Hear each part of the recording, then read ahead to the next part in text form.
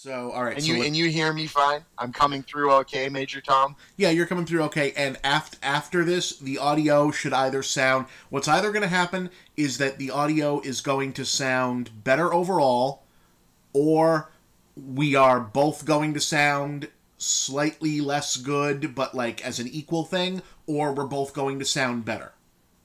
Okay. And I have a feeling. My sense is, not necessarily like being a podcast audio snob, that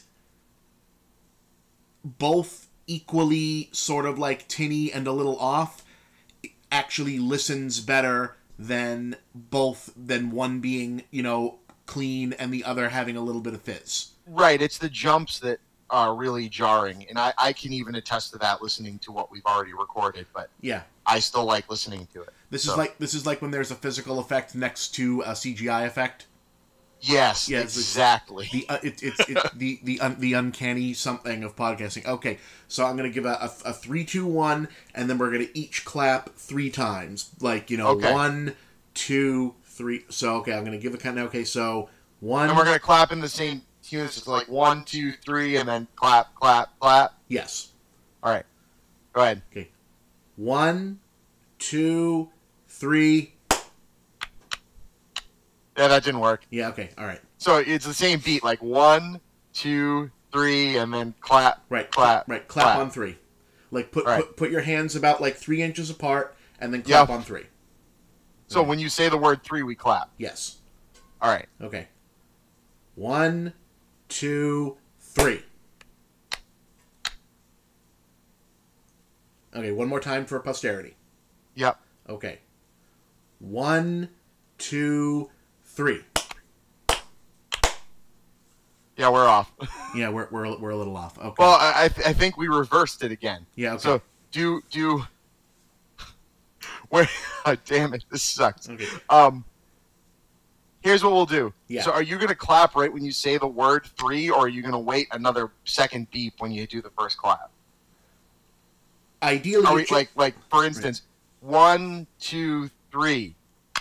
Yeah, like that. Because that's not what you did. Okay. This is fun. We got to keep all of this. Okay. All right. So I'll do 1, 2, 3, and then a beat, and then a clap. Here's what you do. You say the word 1, and then I'll get your beat, and I'll say 2 and 3 with you. That way we're both in sync, and then we'll clap, clap, clap. The same way, okay? All right. Okay, go ahead. 1, 2, 3. 3. That was much better. That was much better. I still feel like there's about a second delay in between the claps. Do you want to do it one more time? One more time, and let's just try to get the. Hold on. You know what? You know what we should do? What? Turn on your Skype video. Turn on your Skype video. Turn on your video so we can see each other as we're about to clap. Oh, that's a good idea. Yeah. But what if that's Oh. Me too. Yeah. Okay. All right. I had a feeling that the clap thing was bullshit because that's what everyone in work told me. Yeah, everyone said, "Oh yeah, no, you just both clap together." I'm like, "There's no possible way that's Bob, actually gonna Bob, sync." I have an idea. What? I'm an idiot. We're both idiots. How are we? I have a microphone on my head right now. Yeah. And I have a speaker on my computer. Yeah. So you do 1, 2, 3 and clap your hands, and I'll put the microphone up to the speaker on the computer, and then my side will record your audio too. Okay. And then you just sync both of those pieces of audio up. Yeah. All right. So where's this microphone at on this phone? I'll clap 3 times. Yeah. We saved Tinkerbell. Okay. Okay. So theoretically, that means that my clap should be on your end. Yes, my microphone picked it up. I saw it show up in the WAV file. Oh, okay. So the issue was that you weren't seeing my claps recorded on your end. That's right. Oh, so that's okay. why it wouldn't make any sense. Yeah. Okay. All right. Okay. And the good news is, looking at these WAV files reminds me that, like, and I'm recording this in stereo. Should I have done mono? Stereo's fine. Okay. It reminds me of looking at, like, WAV files you spent 24 hours downloading, like, the new Metallica single. Like, I remember when, what the hell is that song called? When Metallica shaved their hair and went alternative. So tear me open, pull me out. What the hell was that song called? Until It Sleeps. I remember downloading that for 24 hours on AOL and getting like the 2 megabyte WAV file and listening to it before any of my friends. Right. Oh man, because we had a 28.8 baud instead of a 14.4. I remember. So, I'm glad that you. I'm glad you remembered like the actual name of that because I almost confused that for Wherever I May Roam and would have gotten a bunch of angry music fan comments. Hey, at least you didn't confuse it with Moth into the Flame and then lost your street cred. Yeah. Well, because it is a myth that late Metallica all sounds the same. It's a complete myth. Complete myth. It holds no water, if you will. Yeah, right. Yeah, there's it is you can absolutely identify every Load versus Reload song. Yes, and it doesn't sound like Lars's drums were recorded through a wall at all. No, not on at any all. of the new stuff at all. Not at all. It's all. It's all. Metallica didn't lose a step. not. I have a hard time listening to this and keeping a straight face. Not as because Chris, they do sell out every show. Every show. Fire bad. We're so fucking rich. Do you think anyone still remembers what that's a reference for? I do. Well, okay, yeah, all right. All right. Well, didn't they like redo that gag as like a Superman's death thing too? Possibly. Because it was the Frankenstein Phil Hartman shtick, right? Well, a little bit. It was because like the joke for people who don't have context for this. Once upon a time, there was a thing called Napster, which was very controversial. Napster bad, money good. It was like primitive Spotify, and Metallica was the only band that was like both relevant but also like oldish enough to really like get meaningfully pissed off about file sharing and not getting paid for the files being shared. And this made them pariahs, in the early days of everything on the internet should not cost money because reasons. Right. And this made them press. So there was this like Flash cartoon, way back in the day when Flash cartoons were a meaningful thing and not just any asshole could do one. Of Lars Ulrich and James Hetfield make it, not their actual selves, obviously, complaining about Napster. The joke being that because Hetfield had famously been lit on fire at one point in his life, that they should render him as the Frankenstein monster, saying that various things, including fire, were bad. That was the meta joke. This is quintessential of why internet comedy generally doesn't last. Yes. Because you need to have a mountain of information to understand what the joke is referencing, but it's information that is already gone and over and, disappeared into the fairy dust before the joke has landed. Right. And which is why, hey, natural segue, that it feels like that a lot of early internet humor is sort of like lost to time, even though this is the one thing that we were told would not happen on the internet was, nothing old will ever go away again. It's like, really? Try to look up your old AOL page. Yeah, there's just way more old stuff to go away. Yeah. So Chris... Oh, Marjorie Stewart Baxter, you taste like sunshine dust. We'll see how many people blow up about salad fingers there for a minute. So, now, you and I were both kind of there for the, we weren't like early adopters of the internet, but we were pretty much there. Like, 96 to 97 is considered the not the birth of the internet, but the birth of normal people having access to it. I think that was the birth of the shockwave player. Yeah, pretty much. It was around that time. Yeah, it was. I remember very distinctly that the the existence of internet culture kind of like gradually built through the early 90s, and then in 96 to 97 it felt like it very suddenly became a moment where you were expected to have not only email, but you were expected to have an AOL account or Prodigy, CompuServe, whatever, and you had access to the web, and you were, you know, this was now an ubiquitous part of life, and it happened pretty much overnight. Yes. And or at least felt like it happened overnight if you were living in more or less the mainstream of society, and suddenly you had, because I mean we had a computer for a long time in the house. We had we had a Commodore 64 and then a Commodore Amiga 500. Right, yeah, we had lots of pirated software. Yes, well at the time, because Amiga was kind of like almost over, so that was where the only way you could get the pirated software. But it had a writing program and a printer and Deluxe Paint. So really, Deluxe Paint, we had so much mileage off of D-Paint. It's not even funny. Yeah, that was first filmmaking for like the both of us. Yeah, you used it for your incredibly cool animated movies that like a 2-hour movie would be on like 256 floppy disks. Yeah, right? Yeah, I did. And then, I did do that. And then I would use it to do opening credit sequences and ending credit sequences for movies, and then we would edit them in at first by just putting our father's General Electric VHS camcorder with the over-the-shoulder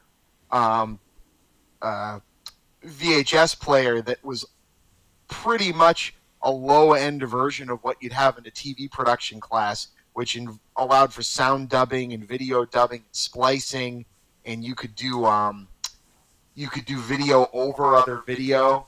It was actually quite incredible, but you and I learned it like through trial and error, because we used to record off the TV to do these opening and ending credits. And I think for the movies you did on the computer, you just literally recorded off the computer screen, right?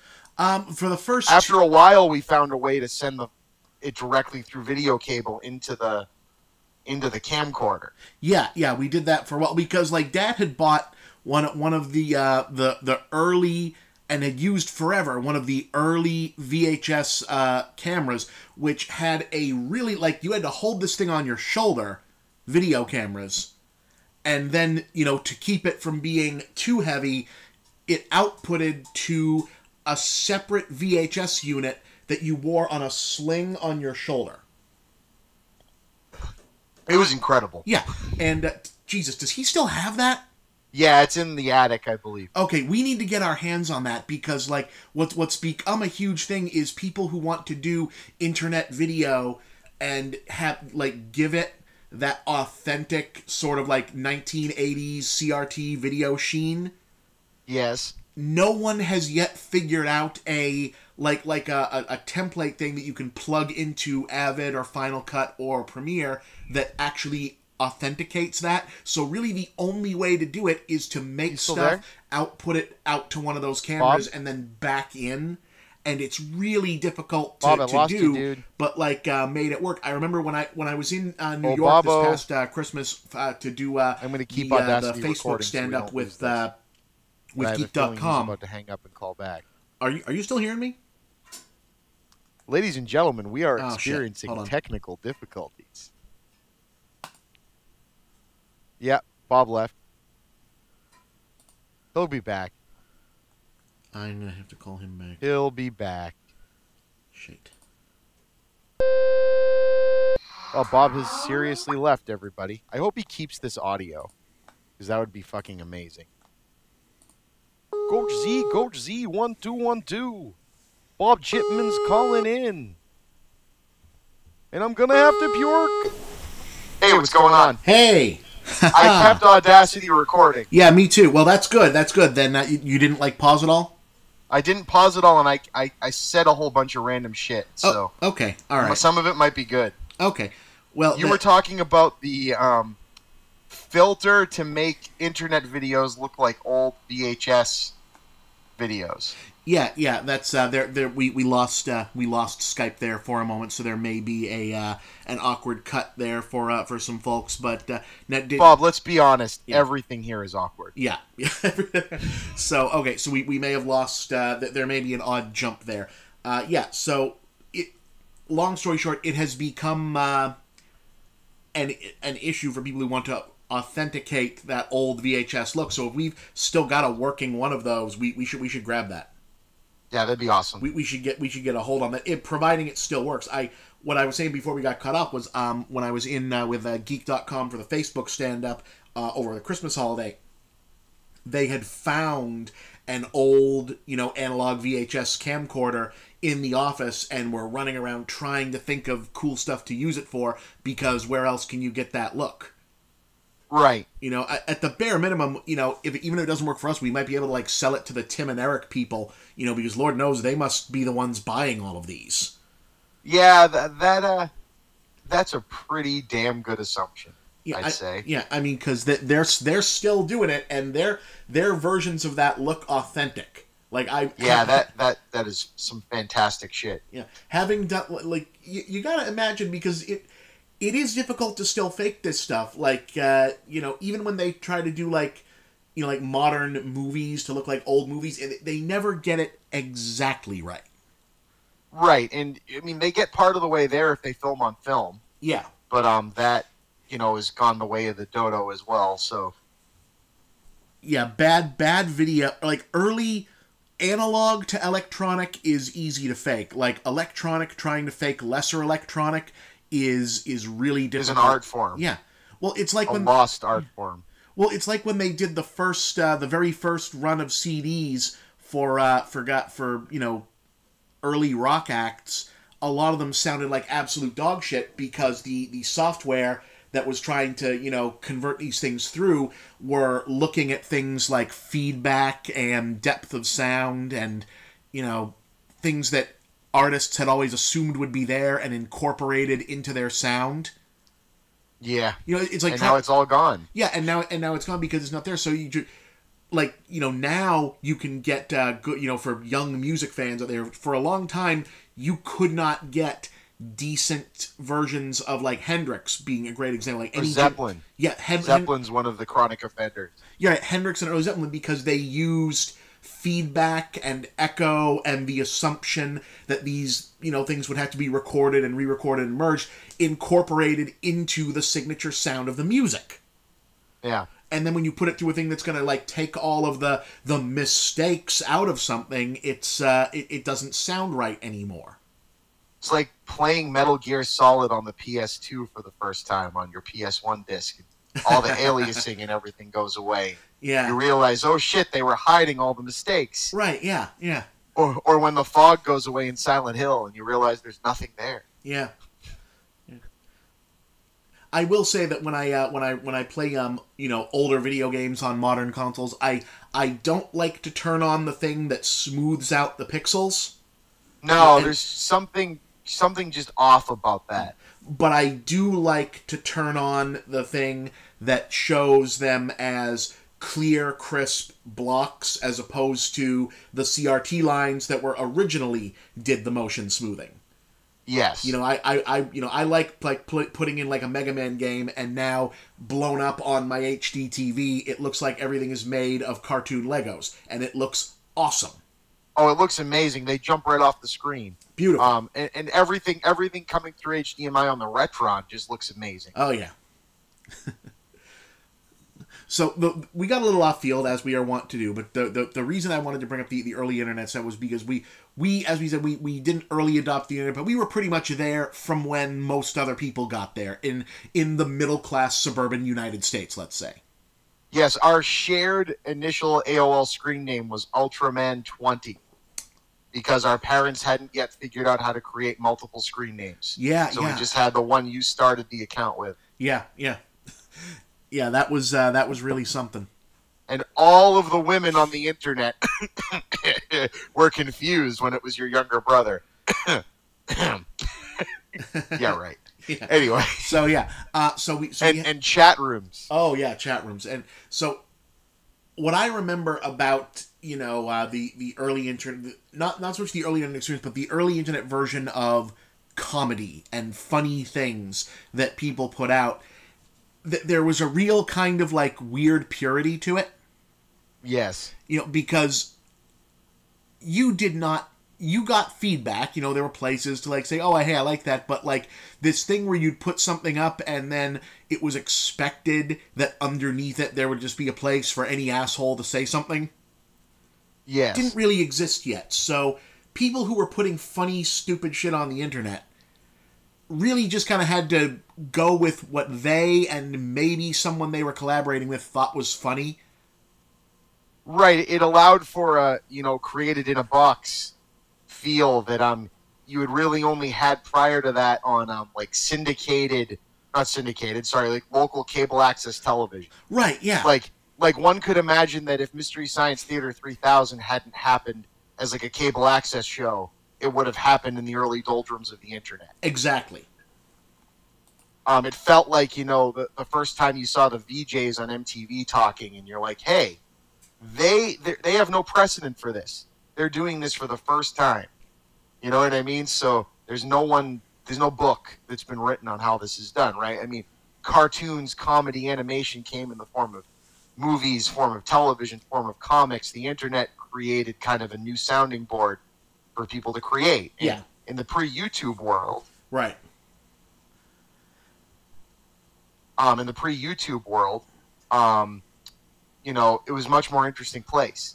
You had, like, I think we talked about this last time a little bit, but you had, the websites that would compile all this stuff, right? Because you had people that would have their own Flash animation sharing site. Yeah. Where they would embed it in their own site, and then E-Bomb's World or Newgrounds or Albino Black Sheep or all of those places would kind of compile them all. Things like Salad Fingers, as I just mentioned, and anything from Group X. Mm-hmm, mm-hmm. We could talk about, it's called Mario Twins. I want to play it.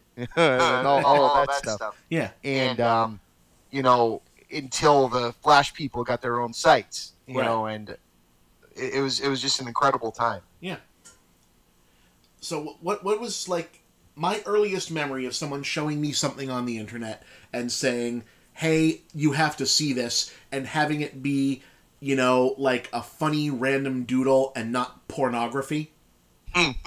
Yes, we're going to stay off of the pornography conversation here because the internet is full of it. Yeah. Well, the first one that I remember anyone showing me was the dancing hamsters.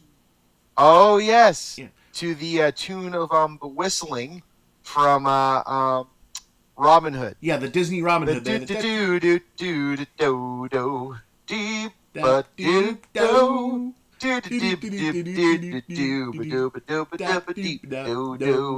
that one. Yeah. And this was just some hymns doing that, and this was like the funniest shit in the world, and you could watch that over and over loop just because it's so random. It's a sound, and there are hamsters. Dude, we used to like have parties and have it on in the background for some reason. Yeah. People would just show it because, it was the weird randomness of it. You had Hamster Dance, Rafflecopter. Yep. Eatabagadicks.com, which I think still exists. Yeah. Probably. Which, for those that don't know, was just an MS Paint drawing of a bag of dicks. Yeah. And, what else? Badger. Oh, yeah, Badger, yep. Mushroom. Yeah, again, we just kind of, like, it felt like stoner humor. It felt like what stoner humor would be if stoners were, like, 10-year-olds. Well, exactly. It's, remember on the Cartoon Network when they first showed up, there was the What a Cartoon show. Yeah.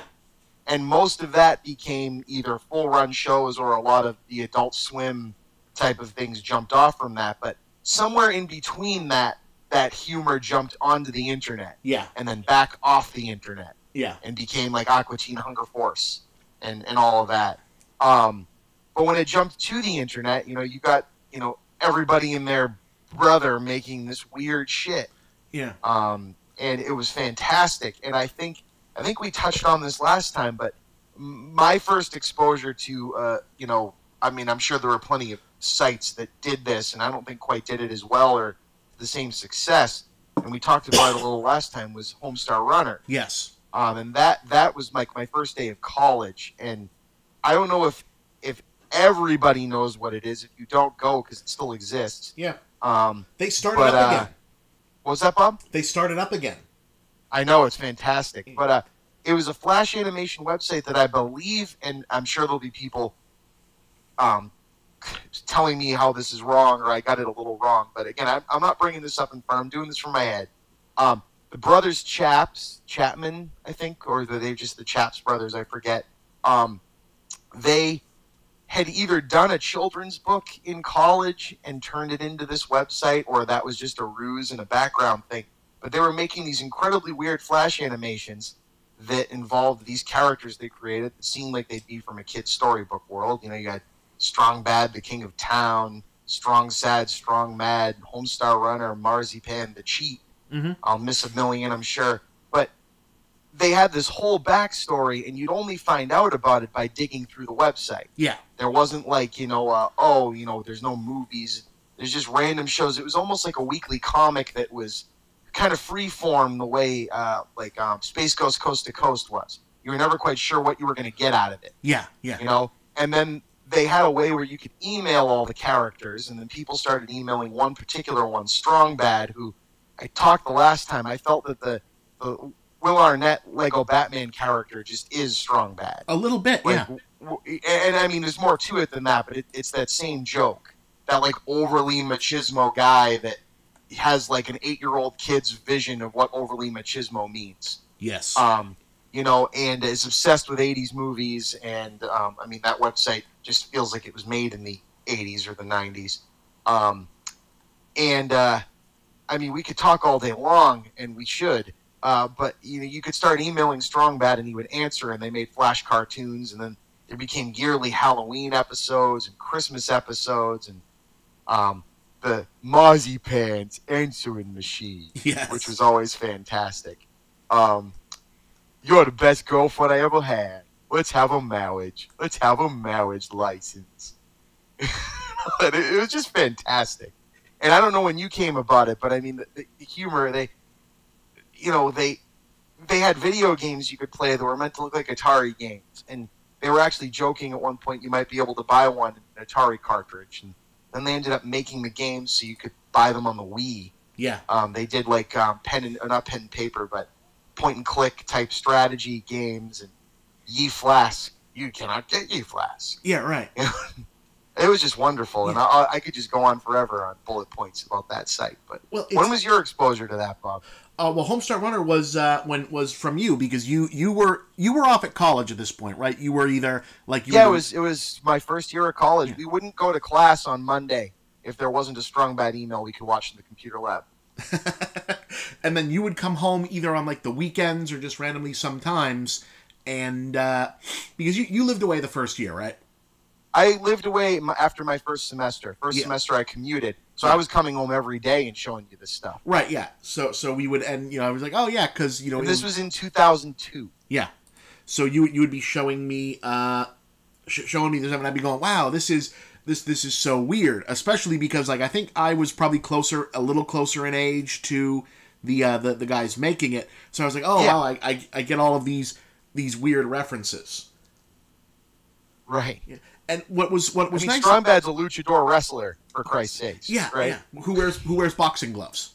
Boxing gloves for some reason. Yeah. Yes. And what was terrific about it is that this was a very like reference heavy show. Like you could watching this now, you can immediately look at this and say, oh, okay, these are two guys who grew up in the late 70s to early 80s. And the show it's not like packed filled with direct, hey, remember, it's not a lot of, remember this, remember that? It's not a lot of that, but there's a lot of, like, I think there, like, isn't one of the walls in Strong Bad's house, like, painted with the Atari stripe? Yes, it is. Yeah, it has, like, that. It's all very just, the whole thing is one big collection of Easter eggs to everything you've ever loved. Right, but it's not like they're not trying to show off and show you what they know. It's just sort of like, this is our headspace. Our headspace looks like, the headspace of suburban, American kids who grew up in the Spielberg era, and have this sort of ephemera floating around them. And they do direct references, like, when they make the video games, obviously it's, this is supposed to look like Atari and NES games. They do the Halloween episode every year, and everyone would have, like, a recognizable costume that was modestly obscure. Right. But or just completely random, like, I'm the bee. Yeah. The bee from what? From nature? See, that's a great nested gag, but, like, it wasn't, like, when you see this kind of thing now, where everyone and their brother does, hey, remember G.I. Joe and shit comedy, but... No, they did the Cheat Commandos, which just was G.I. Joe. Right. With their villains, Blue Laser. Yeah, and it's fun, but it's not a lot, like, you can watch this and you don't have to... There's more to it than just recognizing the stuff. It's this more pure version of, we're not chasing... I don't feel like they were chasing clicks doing that. Like, they weren't looking at the YouTube algorithm and seeing, oh, hey, the Beetlejuice cartoon is really in at this particular moment in the nostalgia zeitgeist. Make a reference to that. And that's what made it great, is this was pre-YouTube. Yeah. I mean, it was just pre-YouTube, but it was pre-YouTube, so...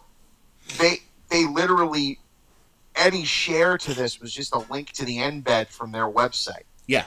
And the other cool thing was that they archived it by releasing it on DVDs after a while. So you can get DVDs of the website at episode Strong Bad Email 100. Yeah. So you only had, like, the slice of how the website existed up to that point, which you can plug into your DVD player and control like it's the website at your house. Yeah. It's very weird I that bet you could do that. If those aren't... Yeah, go ahead. What was that? I was going to say, if those aren't still, like, regularly in print for them, those DVDs must be expensive now. I can imagine. and the other cool thing was that because it was freeform and they didn't have to have a new Flash animation Halloween episode every week. They tried to have a new Strong Bad email every week, but they just kept generating weird content.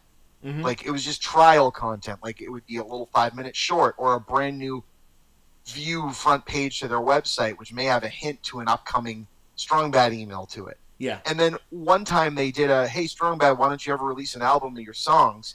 And he did a fake, like, late night, like, infomercial for, like, your parents' greatest hits of, like, the 1970s country, like, whatever. And they made up names for songs and did quick snippets, and it played so well they ended up recording and releasing the album. Yeah, and it was funny. It was hilarious. And I mean, and it's like the funny thing about this is they would get emails, and I'm assuming the emails were real, and people would misspell something, so they just have Strong Bad read it and make fun of the misspelling. Like, there was one where someone wrote something that he pronounced Fahugwa Gods, and it became a song right off the bat. Yeah. The Flash animation was just him singing a song about Fahugwa Gods. And they ended up selling T-shirts and paraphernalia, and they've performed a live show like 2 years ago. Yeah. Where they played all of these songs. I mean, hell, they had like 3 80s metal bands they created specifically for the site. I think it was Limousine, Tarantula, and I don't remember the name of the other one. And, I mean, it grew with the culture, right? Because they still had, nowadays stuff. People were playing massively online multiplayer RPGs, so the guy from Limousine would always... come online late at night during Strong Bad's emails and interrupt him on a Skype call to say, I'm going to be up all night playing an MMORPG if you want to join my guild. And Strong Bad would just click the Skype call out. Yeah. It was genius. It was a real moment in time, and I'm glad to see. I guess they sort of like, fell out of it because I think either one or both of them had kids. Well, they had kids, and they did a lot of work. They did a lot of stuff with They Might Be Giants. Yeah. And They Might Be Giants kind of went the kids stuff direction. So I think one of them writes for Yo Gabba Gabba. Oh, cool. If I'm not mistaken. All right. Or was involved in Yo Gabba Gabba. Yeah. Which makes complete sense. Yeah. Well, because this was also before quote-unquote e-celebrities. Which I understand. In a very limited sense thereof, in my opinion, I guess I kind of qualify in that realm a little bit. No, enough people hate you. Yeah, I think it works that way. Thanks. Yeah. Isn't that celebrity status these days, right? Like you could be like the internet's Kardashian. I guess. Yeah. That was meant to make you kind of throw up in your mouth Yeah, a little bit. a little bit. I haven't tried to give anyone a Pepsi lately. Oh, that wasn't even intentional. Yeah. Fuck. It's fine. It's fine. It's no. What I mean is that like this was they became e-celebrities at the point when if you were an e-celebrity there was no career guide to being so. Well, it happened by word of mouth. Yeah. So you had to kind of assume that, you know, even if you were big on the internet at some point, that did not translate into a full career, and eventually it was just assumed that you would slip off and go into another job. It wasn't like expected that you would just do this and then turn it into t-shirts and podcasts and such, excuse me, and then live on that. Well, and they didn't have t-shirts and any of that stuff or advertising or anything to buy. Yeah. When the site first came out, they existed in a time where the only way you could share this with your friends is if you emailed it to them or sent the link over AIM. There wasn't a Facebook share me on Facebook page. Yeah. You know what I mean? There wasn't an embed this on your MySpace. You know what I mean? Link on homestarrunner.com. It was a whole bunch of kids sitting around a computer lab or sitting around a single computer with the internet watching this and laughing their asses off. Yeah. It spread like Family Guy DVDs did in college campuses. You know what I mean? Yeah. It's the exact same thing. Hey, here's this thing that aired for one season and you've never heard of it, but your brother thinks it's funny. Right. You know what I mean? Yeah. And now, what do you think it was officially YouTube that changed the whole game on that, or was it more just the fact that social media happened and the immediate sharing and the ability of these things to be not just ubiquitous but like monetizable kind of changed the whole thing, right? I think it did, because I don't think they were doing it for money to start, right? The money, whenever they came and talked about the money side of it, it was always so they could keep making the videos. Yeah. Like, they were employed elsewhere. You know, so it was always the, you buy this stuff so we can keep making Strong Bad emails. Yeah. Not the other way around. Right. I mean, a quick aside from that, around the same time, there was this awesome Flash anime that was crowdfunded before there was crowdfunding. Mm-hmm. Called Ninja, the little ninja. Okay. That I don't even know if they ever completed it. But you had to wait a year and a half for each 15-minute episode. Mm. And they were gorgeous. I mean, it had like a Samurai Jack kind of look to it. Right. And that just popped into my mind that was being shared around the same way, right? You didn't have your friends being able to jump on Facebook and say 1 million clicks and I'll make another video. You know, it was, we're making these videos before we even knew that there was an audience. Right. And that was exciting to be living in it, because Time Magazine talked about Homestar Runner. They did, yeah. You know, and how it becomes that big when, there isn't the current, ad for it at your local movie theater on the, Screen Talk or whatever before to tell you this is the thing that we're going to play this popular song over so you can go check out their website. I mean, how did this stuff get shared? I don't know. Well, yeah, it was a moment in time, certainly. Yeah. But I think YouTube helped kill it, but YouTube also created something new for people like that to aspire to. I mean, Flash animation isn't something that everybody with a YouTube account is capable of doing. Yeah, I mean, I'm on YouTube and I talk a lot of shit about YouTube because, it's a ridiculous business. Well, and they're getting kind of shitty. Yeah, they are. And,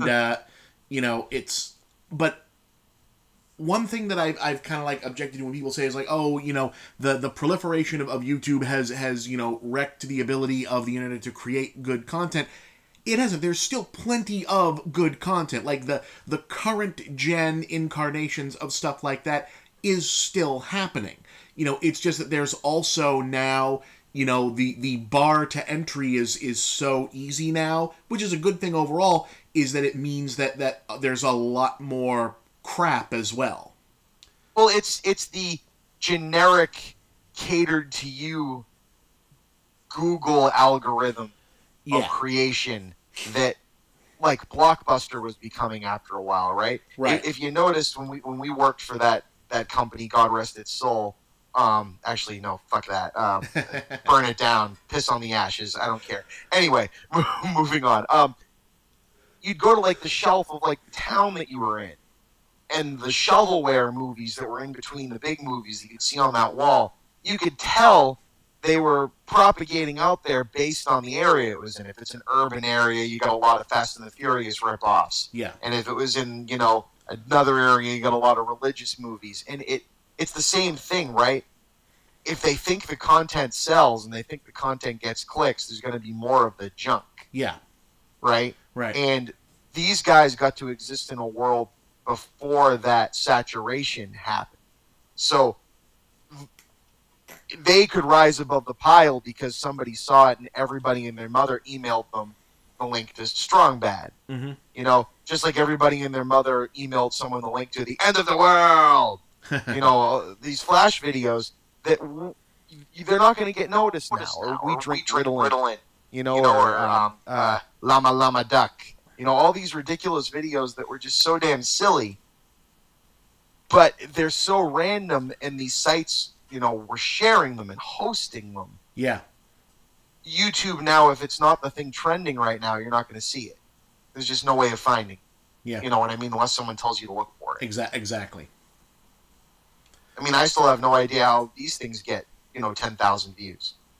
Well, like Twitter, I guess. Yeah, Twitter, Facebook, that kind of. Yeah, it's well. Also, if you the trick is to do one thing that gets a bunch of people to subscribe all at once, because and they stick with it. Yeah, because unless you make it a point to try to piss someone off, the actively going through like your old subscriptions list and clicking is not something that most people do, and say like, oh, I better clean this out, unless and I mean, like, I'm on Patreon to get some of this stuff done, and that kind of runs on the same idea. Is you're hoping, ideally, at least the way that I do it, because I've got fucking integrity, I hope, is that I try to consistently put out good content. But you look at the business model of something like that, the idea is someone likes something a whole lot a couple of times, and then says, you know what, I'm okay with,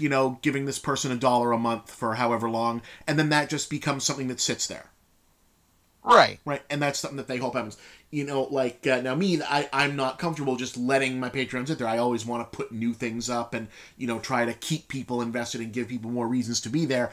But I'm sure that there are a few people who, probably on there said, you know what, I like this one video, here's $1, and then I just keep getting it every month, and, God bless you, thank you very much. I hope I'm worthy of it. I think you are. Well, I contribute to it. Well, you're a little biased, Chris, but thank you. Nah, I've never even met you. Yeah, you should. All right. We should meet sometime. Yeah, we should. We should like do these there. How'd the baby go down tonight? Baby went to sleep just fine. Oh, that's good. She's still falling asleep under her own power now? Still falling asleep under her own power, whining a little bit from time to time, but awesome. Her Grammy was here tonight. So. Oh, how's Grammy? Grammy's good. Excellent. How's the wife doing? Wife is good. I'm not really sure what she's doing. Are you doing a Shaw's Monopoly? I guess that's better. Yeah, housewife stuff apparently. So she's playing the supermarket Monopoly? She's playing the Shaw's Monopoly game, yeah. All right, hey, cool. I'm not even sure if that's a countrywide thing, but how McDonald's does Monopoly? It's kind of the same thing, but at a shitty, overpriced grocery store. Well, I think isn't Shaw's called different things in different areas?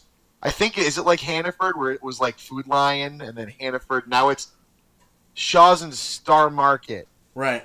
Are the conglomerate of good food costs less, or whatever their current slogan is. Yeah, well, because but here it's in different places, because there's all Shaw's near us. But in physical Boston, it's all Star Market still.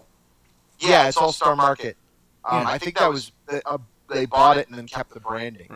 Well, I go, because sometimes when I am in Brookline, I go to the Star Market in Brookline, and it's like a really big Trader Joe's. Yeah, You know, like it's still that kind of, it's like, oh, hey, wow, there's a lot of kale and granola in here, but it's like from... Well, they're all trying to be Whole Foods when you get that close to Boston and Cambridge. Right, yeah, which is nice, except it's like going into a Whole Foods, except I know the food won't be bad tomorrow. Exactly. Like, I love the food for Whole Foods, but like I tried to do, trying to be like a good responsible consumer, going in, but it's like I'm gonna do my shopping for the week at Whole Foods, and then on Tuesday, yeah, well, because like a person, I don't go to the store and only get what I need for that day. I go when I have a day fucking off from work and buy the food I need for the week. You don't do your daily perusal after riding your bicycle from work back to your house and stop at Whole Foods to get your latte? No, I don't. And I'm surprised. Well, no, and here's the thing. Isn't that what we all do? Well, no, but I mean, that's what the TV tells me I do. Yeah, right, but here's the thing. I have that kind of douchebag job. you know what I mean? Bob, I work with people that don't have that douchebag job and still carry their life that way. Well, no, but that's the thing, because if anyone would be expected to live the do your daily shopping for only the ingredients you need for your artisanal semi-home cooked meal that night, it would be me, because I live within genteel driving distance of a physical Whole Foods, and I don't generally have a 9-to-5 set schedule. So I could absolutely be doing that, and I don't, because it makes me feel like a wasteful asshole. Right? It's funny that the food that's better for you and the environment is the food you waste more of. Right. I am, my, the way that I was brought up to, responsibly nutrish myself, nutrientize, what's the... I was about to say, I hope you didn't end that with just saying nutrish, because I was going to reach through the computer and slap you, what's you Rachel Ray wannabe. What the fuck was that? To properly nourish. To nourish, there's the word. To properly nourish myself size. Is that you go on Saturday or Sunday afternoon, when you've used up the food of the week, and you buy things like vegetables and stuff, and the perishables, and they go in the crisper, and you use them throughout the week, and you buy, if they're on sale, you get a couple of steaks or chops or like chicken breasts, and you either eat them that week, or they go in the freezer for when you need them, because they've had a nominal amount of preservative applied to them, so that if I freeze it, and then in a month, if I decide, oh, hey, I'm out of food, let me thaw a steak, it's there. Yes. I don't go to Whole Foods and say, I'm feeling like I want steak tonight. I'm feeling like $12.99 a pound steak right the fuck now. Exactly, right? This is food that, here's the thing. If I was throwing a barbecue, that's where you shop. Yeah, or you go to a butcher. Right. A legit butcher. Yeah, either go to like that I get. Then I like that I get if I'm gonna, here's a bunch of food to have. But to do my daily, I don't even shop daily for things that I use daily. Right? I'm the guy in this. This must be very fascinating for people who turned in for the Nerd Culture podcast. We're talking about groceries. Yeah, we'll get off of this really soon. Well, no, but you know what I mean, right? I mean, we're both adult men. We're not domestic homemaking geniuses here. Especially because we're nominally sufficient at not starving. Yeah, well, home economics was gone from the high school curriculum by the time I was there, so it was certainly gone when you were there. Yeah. No one in a high school class ever sat you down and showed you how to balance a checkbook or boil water, right? Correct. Yeah, you either learned that shit on your own. I think there was more to that than that. Yeah. But yeah. Yeah, and now, there are, again, back on YouTube culture, a thing that's huge on YouTube culture is, people saying, here is the miracle, the special miracle secret to, making your house work, and it's all this really, really basic information. Oh, life hacks. Yeah, life hacks are almost all just home economics 101. Yeah, but they call them life hacks, and I'm like, that's that's not a life hack. That's just an easy. That's the way you're supposed to do something. oh, we forgot because we can't buy it on Amazon to do it for us. Yeah. And I mean, I'm thinking, like, who looks at things like, if you like salt the water before you put pasta in, that's something people don't know anymore. Right, apparently. Well, because when you make ramen, it's in the little packet already. It's already salted. Ramen is just sodium noodles. Yeah. I mean, there's really nothing more to it. I'm not even sure if there's any starch in there. I think it's just all sodium. Yeah, there might be. So it tastes like pure salt. Yeah. Yeah, we segued pretty much gradually from YouTube nostalgia to Get Off My Lawn right there. This is like the never-ending soda. Never-ending soda. Transition back into Homestar Runner. See, that was good. I got right back. You got right back in, which is true. Did you know? Apparently, the young princess chick from the Neverending Story is still acting, but she's like on stage. What? Yeah. Really? Yeah. She's still acting. She's like on. What on stage was the name that he was supposed to call her? Moonchild? Yes. Starchild? Moonchild. Moon Unit Zappa and Moon Unit. No, okay, yes, Moonchild. Yeah, Moonchild is the name that the kid read. This is one of everyone's like first or second Google search. You're right. I have the internet now. What do I need to know? What the fuck is the name of the princess in the Never-Ending Story? Because it seems like it should be this really important thing, but it's like covered up by the lightning flash, and maybe we're not supposed to do it. It's like, no, he gives him like he gives her his mom's name, I guess. Yeah, that's a great fucking movie. Yeah, that's a good movie. That is so depressing. Yeah, the Stone Eater, the Rock Eater, Rock Biter, whatever semi-homoerotic name they gave that fucker. The Rock Biter. Rock Biter, there we go. His first speech is so goddamn depressing. And by the way, speaking of Google searching, I came to the realization through thinking at like 2 in the morning that I needed to know this, and I had to search, that the guy riding the snail is in fact Deep Roy. And I didn't know that. Awesome. Did you know that? I didn't know it now that you say it. I'm like, oh yeah, shit. And that's Deep Roy's real voice as opposed to Danny Elfman's voice. Yeah. Doing all of his singing and talking in that Wonka movie they made. Oh yeah, right. That one. We'll move right past that. Yeah, no, that's cool. Yeah. Yeah, it's yeah, the Neverending Story is good because not everyone says, yes, it's true that late 70s to early 80s kids movies were much more into the idea of just kicking the shit out of children's psyches until the end of the movie. Right, you stick that one in Labyrinth and the Dark Crystal in a 3 back to back.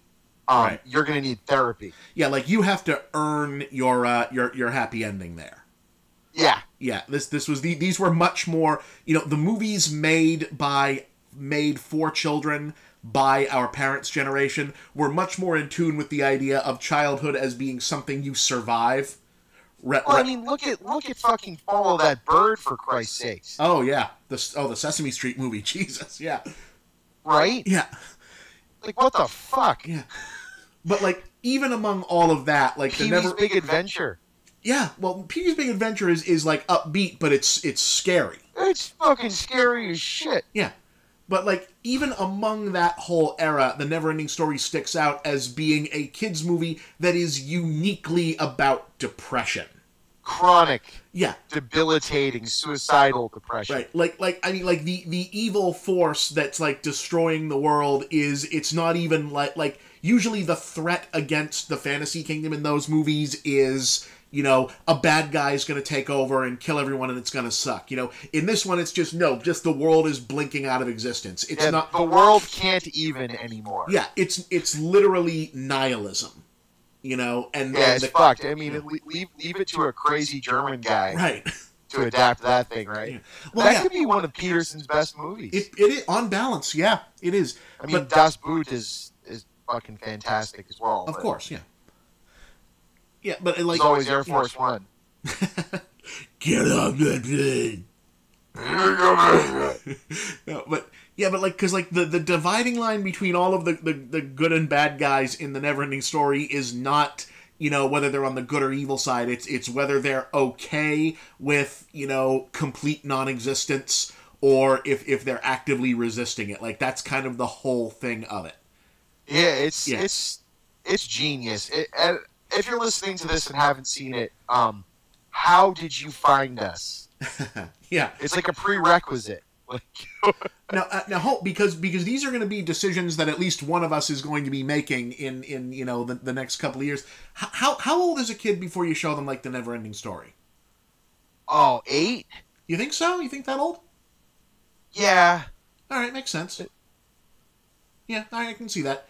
Because like, I mean, like, I'd say not kindergarten, so maybe 6. Yeah, well, because like it's dreary, but it's like it's appropriate. Like, there's nothing like disgusting or awful in it, but like, no, it's a little violent. It but is. I mean, most things are. Yeah, but like it feels to me, that one feels a little older than like even though like a couple of the Disney ones like Sleeping Beauty, certainly Snow White, are pretty dark.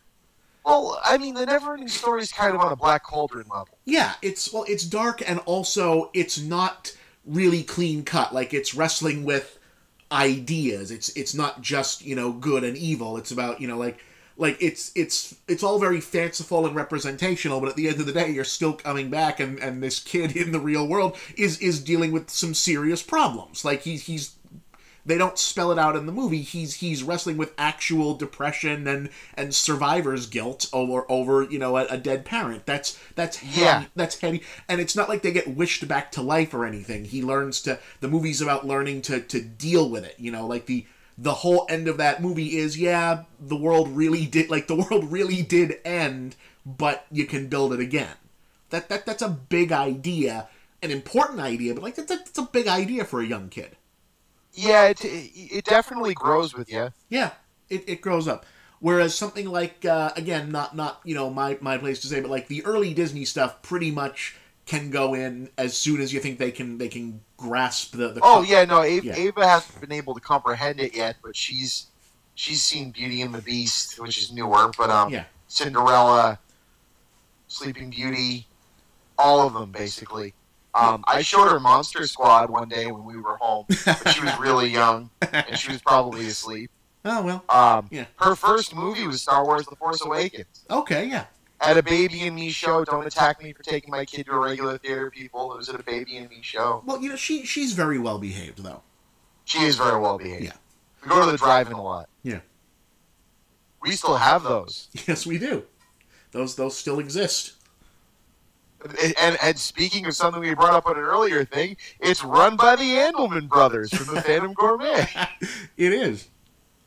It is. So is there because we just we don't have to go on like the list of like the classic movies that you must introduce a young kid. Oh no, to. there's a short list. You got Dark Crystal. Yeah. Labyrinth, Flight of the Navigator. Oh, good. The Last Starfighter. Yes. Neverending Story. Mm-hmm. And there's one on there I'm going to miss. Just from that era of, if you're a certain age, I mean, you got your ETs. I mean, we can leave those off because we're going to show those to our kids anyway. Right, yeah. ETs. Not obvious. Beer Fest, Wife. Here's a question, though, because... Oh, no, go ahead. No. I'm just looking over at my DVD collection, trying to figure out... It's come in more recently, but I can't wait to show my kid Tintin. Yes. Tintin's good. For fuck's sake, that was good. Now, this is something that's only just starting to occur to me is, do you have you had any thought of looking for, because a lot of the quote unquote nostalgia classics from our era, there aren't a lot of women. This is true. Yeah, so I mean, but that's sadly true. Yeah, and not that necessarily is like a prerequisite, No, but you make a good point. Yeah, but representation being a thing. Well, She-Ra is on Netflix. Okay, yeah, that's cool. Yeah, things like that, but and I'm sure people will jump in the comments and say no, actually, because there I feel like that the there are nostalgia movies, quote unquote, from our era that skew more to women, but they don't really seem to crop in until like high school. Correct. Like Teen Witch, for example, big nostalgia. Teen Witch is awesome. Yeah, The Breakfast Club, the John Hughes cycle until Home Alone and Ferris. Adventures in Babysitting. Yeah, you get a little older, don't tell mom the babysitter's dead. Yeah, right. Things of that nature. But like The Goonies, a wonderful movie. Very. Oh, and the female characters end up being strong in that, but at the beginning they're objects for asshole and asshole number 2. Well, also they're all older women too. They're not like they're not the age of the Goonies. It's in 80s movies in general, women don't exist until they're about 15. Yeah, that's disappointing.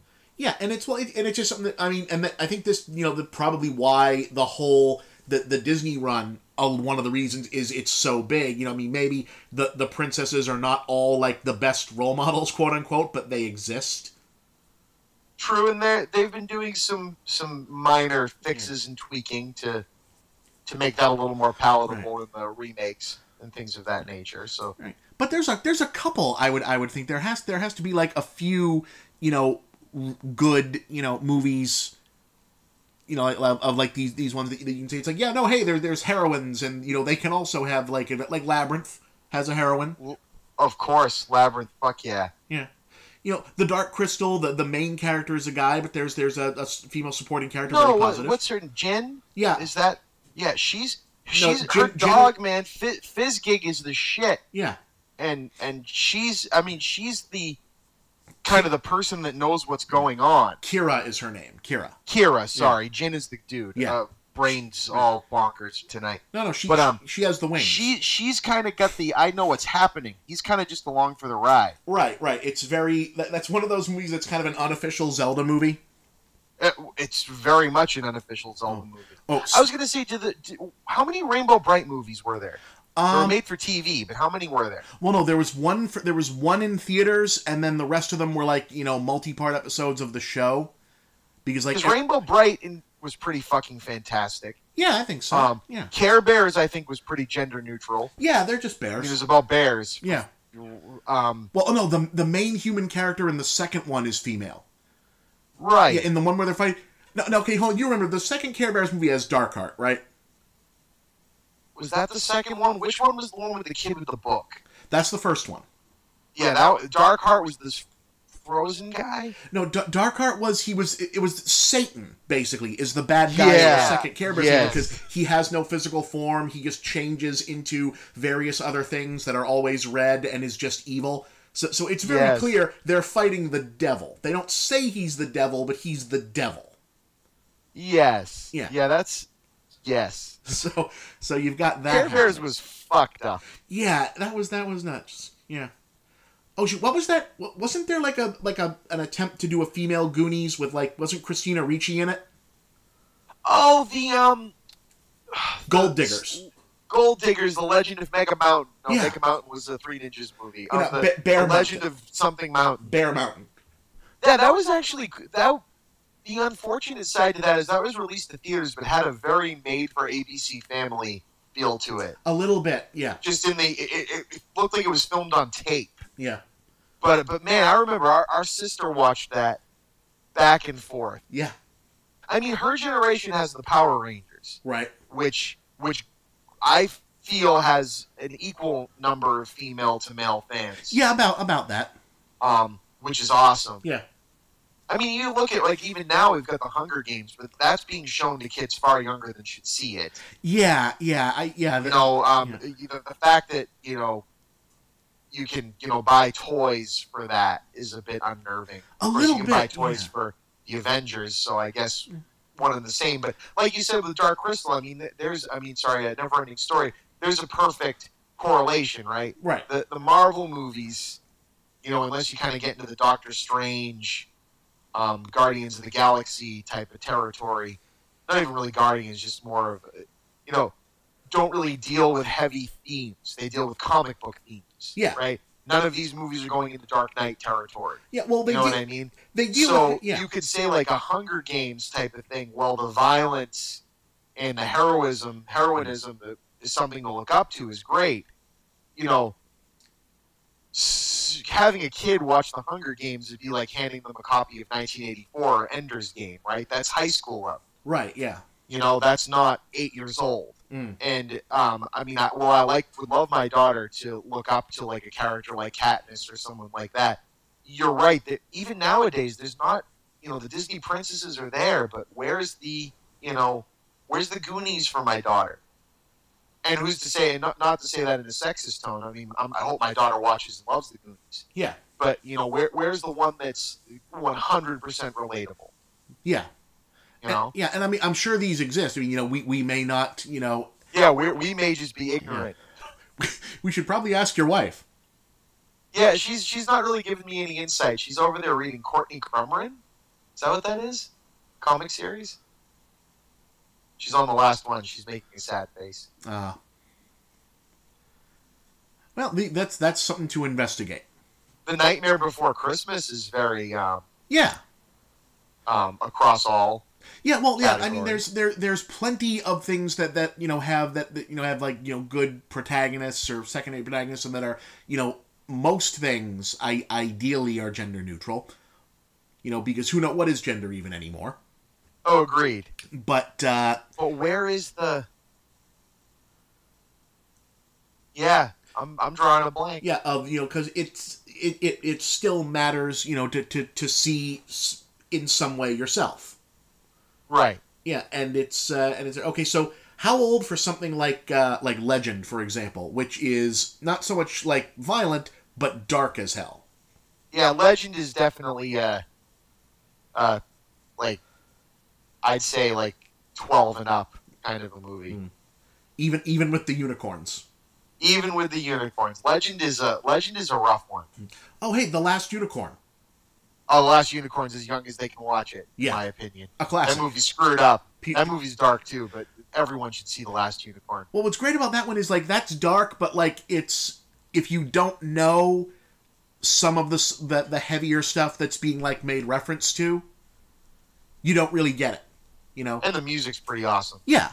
Like, you can watch that as just kind of like a slightly darker, you know, fantasy, cartoon, fairy tale sort of thing, and then you grow up and then you go, it's like, oh, that's why that chick is sad to meet the unicorn when she's older. Oh. Right. Oh, wow. I didn't make subtlety. I didn't make the connection to the mythology, but wow, that's devastating. Shit.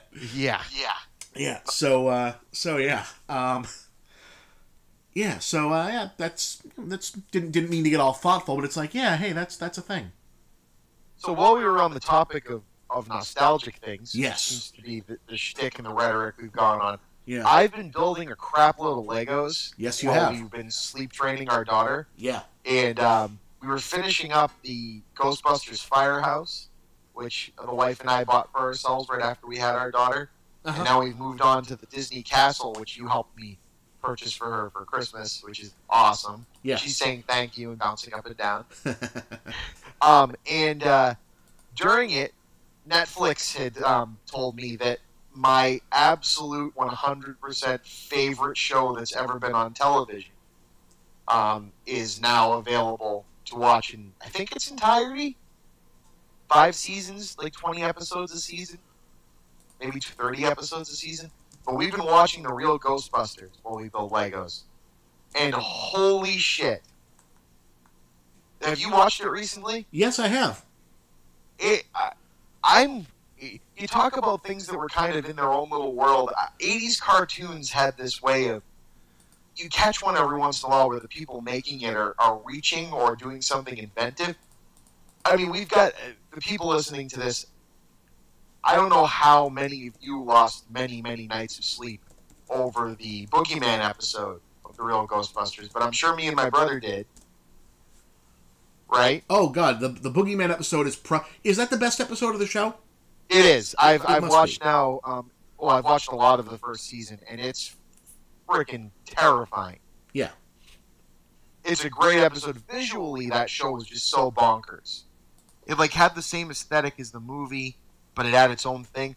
I got to an episode I don't think ever registered with me where I was little in the middle of the first season where they basically tie the show into the movie because they always reference, Gozer and all this other stuff, but literally the episode flashes back to when the movie ended and they all walk in covered in pieces of Mr. Stay Puft and explain why they changed into their new uniforms because Peter was supposed to go clean their uniforms that all look the same.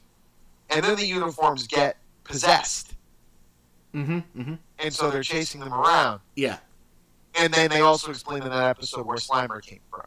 Yes. Or like why he came back to hang out. And I'm watching it going, man, someone on the writing staff was trying here, man. In a lot of cases, that was J. Michael Straczynski. Yes, it was. Later the creator of Babylon 5. It's fucking awesome. Yeah. And the other thing, incredibly meta and weird, and this would probably come with an interesting, does come with an interesting story, is my wife pointed this out to me because I just remember the show, so I don't think about the voices. But the guy doing the voice of Peter is the voice of Garfield, the Garfield and Friends TV show. And what's incredibly weird, or incredibly ironic, is that Bill Murray, in the classic, I thought when I saw Cohen, it was one of the Coen brothers, ended up doing the voice work for the Garfield film. Yes. So it's very meta and very ironic. Yeah. That's, because the only reason that it wasn't Lorenzo Music doing Garfield's voice again was because he had passed away by then. Well, that's right. Yeah. But it's just funny, you get Bill Murray being voiced by Lorenzo Music, right, and then goes full circle, but on a dare almost, I'd say. It seemed like. Yeah. Well, and that's Maurice LaMarche as Egon. Maurice LaMarche. Who legendarily, for the series, was apparently told specifically, we're not trying to do sound-alikes for the guys in the movie, so don't do Harold Ramis's voice. And instead he did Harold Ramis's voice, and they gave him the part without saying a word. He's the closest to the movie out of all the characters. The only guy from the movie who tried to get a job on the show was Ernie Hudson. Volunteered to audition to voice Winston, and instead they gave the role to Arsenio Hall. Right. Yeah. It's just such a wild show. I mean, I was 2 when it started. Yeah. And I had all the toys. I mean, there's that classic video of me getting Ghostbusters Proton Pack and putting on my makeshift Ghostbusters jumpsuit with patch that my mom had made. Yeah. And trading in my knapsack that was pretending to be a Proton Pack to wear the new one. And it's my version of the N64 kid. Yes. Yeah, you were psyched. That was my thing. That was the best thing that ever happened to me. And I wore that all day, every day. Superman up till that year, and then after that, it was Ghostbusters until it was uncool to be in public wearing costumes. Yeah. Which is still fine. But, we went to Catholic school. Right, yeah. Well, I feel like Ghostbusters, and I said this on one of the shows, but, Ghostbusters, I feel like was a movie made for adults that kind of uniquely appealed to kids in an unexpected way. Because the theme of it is, it's like, yes, scary things are real, but, you can beat them, and you can beat them with, you can, logic this out. It has that nowadays, kind of, the thing Will Ferrell and everyone have made a career out of, the man-child thing. Yeah. Was kind of, the people of our era that grew up with that movie and that TV show kind of became the thing that the Ferrells and the Seth Rogans and everyone were copying, and they were one of those people, the Kevin Smiths and everyone else, the geeks that were kids and grew up. And Ghostbusters is much, you can't really show your kid Animal House. Yeah. Right? You can show them Ghostbusters. Cut out a few key words, and it's easily able to be adapted to a TV show. And so that, they're really smart guys that never stop being childish, right? Yeah. I mean, that's Bill Murray's whole freaking character. Yes. Right? You can be smart, you can go to college, you can do all this, but you don't have to stop being a kid. And, when I was sitting there doing this, I posted to the social networks. Sitting around building Legos, watching the real Ghostbusters. 5-year-old me's vision of the future was spot on. Yeah. Do you know? And this is what I love. You know, we go full circle with the Homestar Runner thing. Yeah. That whole idea that, you know, we've kind of created a world where we can have our cake and eat it too. The things that we loved, we can still love. Mm-hmm. And I think that's awesome. I agree. I agree. And yeah. I don't have a joke there. That's just a good observation. No, there's no joke. Yeah. Yeah, no. I get a bunch of people making fun of me, probably. Well, no, it's 17-year-old me about a week and a half ago got to see a band I never thought would get back together because I feel like they hated each other and probably still do. But anyone, the three of you maybe that have heard of At the Drive-In, I saw them play and they were fucking fantastic. So there's that. Yeah. They were great. Apparently they're making music. Nice. And it was a good show? It was a fucking great show. It was at the House of Blues. Oh, nice. Which used to be the Axis and the Avalon. Right, right. Which were much better places. But this was still fun. You do what you have to do. That's right next to Fenway Park, guy. Oh, yeah, guy. over near the, I don't even know, though. What is over there now? The Tilted Kilt Kid. It's down on Yawkey. Down on Yawkey, near the Tilted Kilt. Down on Yawkey. Down the street from Jillian's. Yeah. Lucky Strike Lanes. Back down near the Cask and Flagon. The Cask and Flagon. It's usually about the time we start doing these voices that we realize our time is up. Right, yeah. Well, no, it's still a trip, right? That Boston is like all of those parts of town are like, you know, cool and touristy to be around in now because like even when I was like, you know, 18, you know, going down to that part of town was like, yeah, you went down there and there were places, but like this wasn't considered where the hip people went. Oh, no, dude. If there wasn't a Sox game that day or it was off season, you were probably getting stabbed if you were down by there at night. Yeah, hip, you know, like, you know, the trendy persons in this city did not venture outside of Cambridge or Brookline. He didn't say hipster. That was awesome. You caught yourself. Yeah. So trendy persons. Yeah. Alternative perspective folk. Yeah.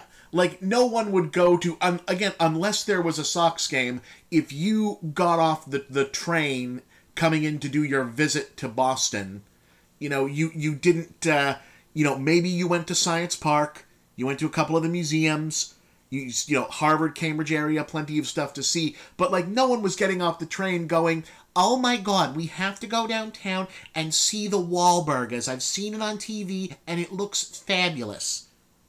Right, You know, exactly. You could walk around that whole area of town and not hear one, you know, like mid-Pacific, Midwestern accent. Right. You know, no, you could not, now you go down here and, you know, and it's great, it's lovely, please come visit the city, spend all your money, it's great. It still trips me out. You'll easily spend your money near Fenway. Yes. It trips me out to be even at a place like the Tasty Burger or something down around there and hear, you know, like you just hear like the general buzz of Boston accents and, you know, various things, and then, you know, cutting through the fog, you was like, oh crap, Harold, this looks like a good place. Yeah, it's interesting. Yeah, it's a whole new world that we live in. Whole new world, same world. They just shifted where the people go. Yeah, it's all around. Well, I mean, people still go to, you know, the quote unquote the nice parts of town, you know, but like now, you know, like I feel like there's no such thing as, you know, places that only the locals know of.